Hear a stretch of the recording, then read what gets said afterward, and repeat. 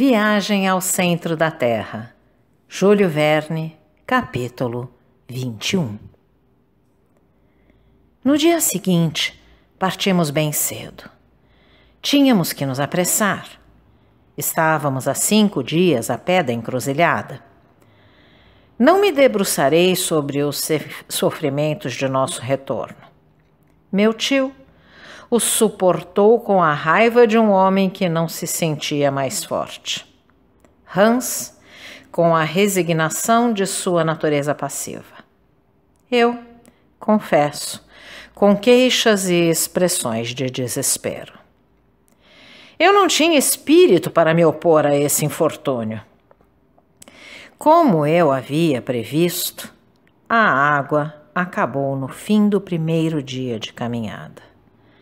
Nosso alimento líquido agora não passava de gin, mas esse fluido infernal queimava minha garganta e eu nem sequer suportava vê-lo. Achava a temperatura sufocante. A exaustão me paralisava. Por mais de uma vez, eu quase caí imóvel. Então parávamos e meu tio e o islandês me confortavam da melhor maneira que podiam. Mas já notava que o primeiro estava lutando dolorosamente contra o cansaço excessivo e a tortura causada pela privação de água. Por fim, na terça-feira, 7 de julho, chegamos quase mortos à junção dos 2 túneis, arrastando-nos de joelhos e sobre as mãos. Lá, caí como uma massa inerte, esticada no solo de lava. Eram 10 da manhã. Hans e meu tio, encostados na parede, tentavam mastigar alguns pedaços de biscoito. Longos gemidos escapavam dos meus lábios inchados. Caí em uma profunda sonolência. Depois de um tempo, meu tio aproximou-se de mim e me levantou em seus braços. "Pobre garoto", ele disse, em um genuíno tom de compaixão. Fiquei emocionado com essas palavras. Não estava acostumado à ternura do feroz professor. Agarrei suas mãos trêmulas nas minhas. Ele me deixou segurá-las e olhou para mim. Seus olhos estavam cheios d'água. Então, eu o vi pegar o cantil que estava pendurado ao seu lado. Para minha surpresa, ele o colocou nos meus lábios. "Beba", ele disse. Eu o ouvi direito? Meu tio estava fora de si. Encarei-o, estupefado, como se não pudesse entendê-lo. "Beba", ele repetiu. E levantando seu cantil, ele esvaziou cada gota entre meus lábios. Prazer infinito.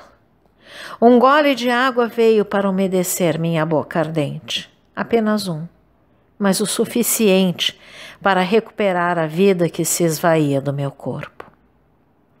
Agradeci ao meu tio com as mãos unidas. "Sim", ele disse. "Um gole de água. O último. Você me ouviu? O último." Guardei-o cuidadosamente no fundo do meu cantil. 20 vezes, 100 vezes, tive que resistir ao desejo assustador de bebê-lo. Mas não, Axel. Guardei-o para você. "Tio!" eu murmurei enquanto os meus olhos se enchiam de lágrimas. "Sim, pobre criança. Sabia que quando você chegasse a essa encruzilhada, cairia quase morto. Então, guardei minhas últimas gotas de água para reanimá-lo." "Obrigado, obrigado", exclamei. Embora minha sede tivesse sido apenas parcialmente aplacada, havia recuperado certa força. Meus músculos da garganta, até então contraídos, relaxaram novamente e a inflamação dos meus lábios diminuiu um pouco. Eu conseguia falar. "Vejamos", eu disse. "Agora temos apenas uma escolha: Estamos sem água, precisamos voltar. Enquanto eu falava, meu tio evitava me olhar. Ele baixava a cabeça. Seus olhos evitavam os meus. Precisamos voltar, exclamei, e alcançar o cume dos Snaffles. Que Deus nos dê força para voltar ao topo da cratera. Voltar? Disse meu tio, como se estivesse respondendo a si mesmo e não a mim. Sim, voltar, sem perder um minuto sequer. Um longo silêncio se seguiu. Então, Axel, respondeu o professor com uma voz estranha, essas poucas gotas de água não lhe deram coragem e energia? Coragem? Eu vejo você tão desanimado quanto antes e ainda expressando somente desespero. Com que homem eu estava lidando e quais projetos seu espírito ousado ainda nutria? O que o senhor quer? Desistir desta expedição quando todos os sinais indicam que ela pode ser bem-sucedida? Nunca! Então devemos nos resignar a morrer. Não, Axel, não! Volte! Eu não quero sua morte. Deixe Hans acompanhá-lo, deixe-me sozinho. Abandoná-lo? Deixe-me, eu lhe digo, eu comecei esta jornada, continuarei até o fim, ou não voltarei. Vá, Axel, vá. Meu tio falava em um estado de exacerbada euforia. Sua voz, suave por um momento, tornou-se mais uma vez dura, ameaçadora.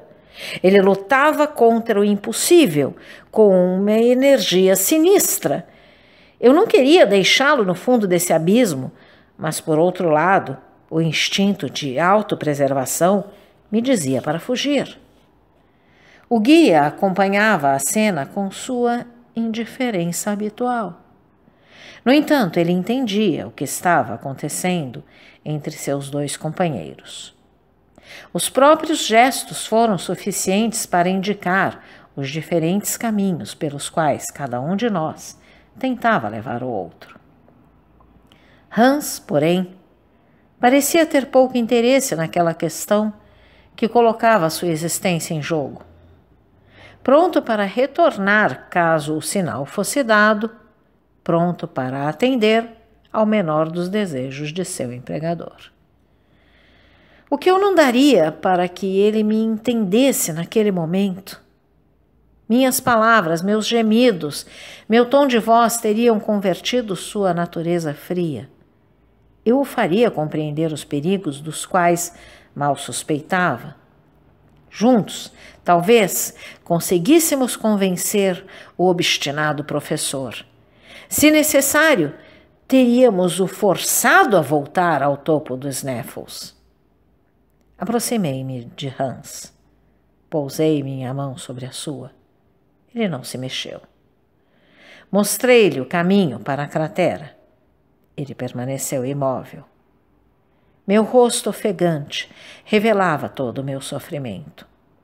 O islandês balançou a cabeça de leve e, apontando calmamente para o meu tio, disse: Patrão. Patrão? Gritei. Seu tolo! Não, ele não é o dono da sua vida. Nós devemos fugir, devemos arrastá-lo conosco. Você está me ouvindo? Está me entendendo?